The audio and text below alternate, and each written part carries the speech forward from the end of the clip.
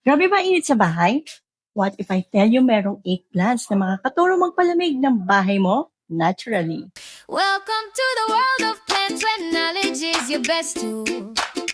Dito sa Awi Checo, we make learning simple and cool. Oh, oh. Magtanim at Napapasin mo na parang oven na yung bahay mo tuwing summer? Hindi ka nag-iisa. But the good news is, may natural way para mapalamig ang bahay mo. And that's indoor plants. Bukod po sa pampaganda ng space, some plants actually help cool the air, add humidity, and purify your home environment. So today, I share 8 amazing plants that can help cool your home this summer. And bonus, low maintenance lang po ang karamihan sa kanila. Hi mga bash! Welcome back to our channel and first on the list ay ito nga pong snake plant. Ito pong snake plant ay isa sa pinaka-easy house plant na pwede mong alagaan lalo na kung baguhan ka sa paghahalaman. At bakit nga ba ito considered na good for cooling your home? Dahil ang mga snake plant po ay nagre-release ng oxygen day at night. At nakakatulong din ito ma-improve yung indoor air quality. Kapag mas fresh ang air sa bahay, mas comfortable ang pakiramdam sa room, di ba? At anong klaseng mga snake plant? Kahit ano po, kahit anong klase. Kasi meron tayong mother-in-law stang, meron tayong parva, meron din tayong whale feed. So kahit ano po nung klase, pwede nyo pong gawing indoor plant para po mapalamig ang inyong bahay. Next po ay aloe vera. Most people know this plant for skincare and sunburn relief. Pero hindi lang po yan ang benefit na makukuha natin sa aloe vera. Aloe vera helps remove toxins from the air and contributes to the cleaner indoor environment. Plus, dahil succulent po ang mga aloe vera, hindi nyo kailangan dilig na dilig kahit totally po dry yung soil niya yan, matuyuan siya ng kahit 2 weeks or 3 weeks, okay pa rin naman po ito. But syempre, pag this summer, check nyo rin po kasi ang dali matuyo ng mga lupa natin. So, mas maganda, check nyo rin po. Pwede kasi, depende yan sa weather condition din natin. So, kapag pag-ulan, pwede once a week. Pero kapag ganitong summer, twice a week. Bonus tip lang kung na-sunburn ka sa sobrang init, yung gel po ng aloe vera, pwede nyo itapal instant relief. Pero kung hindi pa rin po nag-subside yan, kailangan nyo na po pumunta sa doctor nyo, magpakonsulta na po kayo. Next ay itong asparagus fern. Itong asparagus fern, ang ganda na ito kasi parang tropical vibe yung peg niya. At ito yung plant na may soft feathery leaves na parang meron kang mini forest. Kasi bukod sa aesthetic value niya, this plant helps increase humidity in the air through transpiration. At syempre, kapag mas humid ang paligid, less dry, less hot ang pakiramdam ng room. So ito pong ating mga asparagus fern, maganda siya lalo na kung nakahanging basket kasi makikita mo talaga yung ganda ng dahon niya. Pwede yan din po ito ilagay sa mga shelves or sa mga corner ng inyong bahay. Next po ay itong golden photos, isa sa most popular indoor plants. For good reason naman.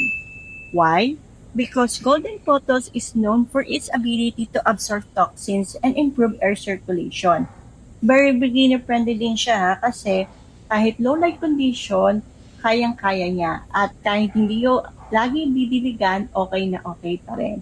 And actually, itong ating mga golden photos, training po ito. So maganda, meron siyang gagapangan kapag gagawin niyo pong indoor plant.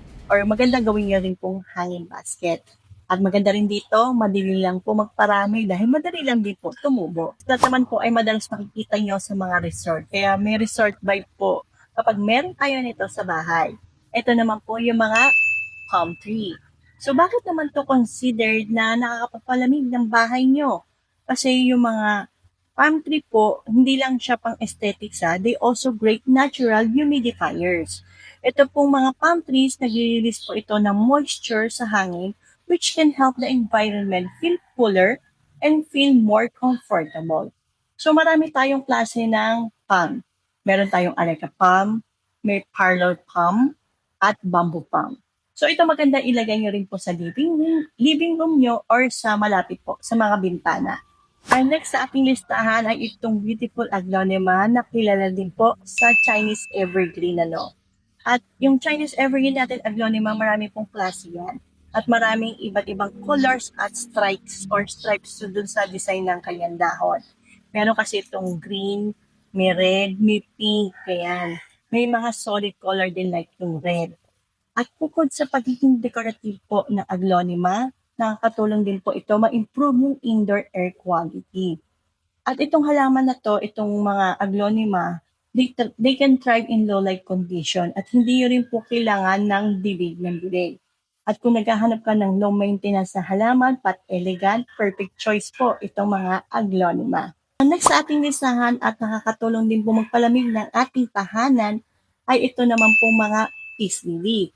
At itong peace lily po, hindi lang po ito nakaka-remove ng pollutants, nakakatulong din po to increase humidity levels indoors. So kapag mas humid kasi yung environment, mas less dry at less stuffy ang feeling ng room. And another reason people love this plant is the beautiful white flowers. So very elegant kasi at calming tingnan. So reminder lang, itong pong mga peace lily natin, ito medyo gusto nito ng tubig. So laging yung check po yung soil niya kung ano na medyo dry. So kasi ito slightly moist ang gusto nito eh. Pag nakita niyo po nagdo-drop yung dahon, ibig sabihin po lang sa dilig, diligan niyo lang. Lalo na this summer, so kung dati po ay twice a week kayo mag-dilig, ngayon gawin niyo every other day. Pero syempre check niyo pa rin yung soil, ano, baka mamaya ma-overwater naman kayo. Last but not the least, syempre yung halaman na dala-dala ko po nung intro. Walang iba, itong rubber plant. Plant naman po, itong rubber plant, mapapansin mo yung large glossy leaves niya, nakakatulong po yan to filter the toxins and improve air quality. At dahil po sa malaking dahon nito, it also contributes to the better air circulation and cooling effect ng indoor spaces. Rubber trees can also grow quite tall, so they are perfect as a statement plant in your living room. So yun nga, kailangan lang din po nito ng bright light, bright indirect light. Actually, pwede naman siya sa low light. Yun lang nga, medyo mabagal lang po yung paglago. So mas maganda na may bright indirect light lang din po yung ating mga rubber tree. At itong rubber tree natin, hindi rin po kailangan dilig ng dilig. Actually, karamihan po sa mga binanggit kong halaman napaka low maintenance lang dahil most of them kailangan po or hindi nyo kailangan talaga dilig ng dilig. Except for yung ano nga lang, I think yung peace lily, yun talaga kailangan ng moist soil. So the rest, most of them ay kailangan at least totally dry yung soil bago kayo magdilig. Mga halaman po nabanggit ko, hindi lang maganda pang decorative, nakakatulong din siya para maging fresher, cooler, at healthier ang living space nyo.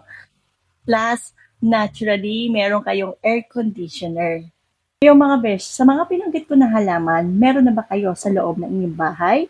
At kung wala pa, alin dito ang gusto nyong i-add sa collection nyo?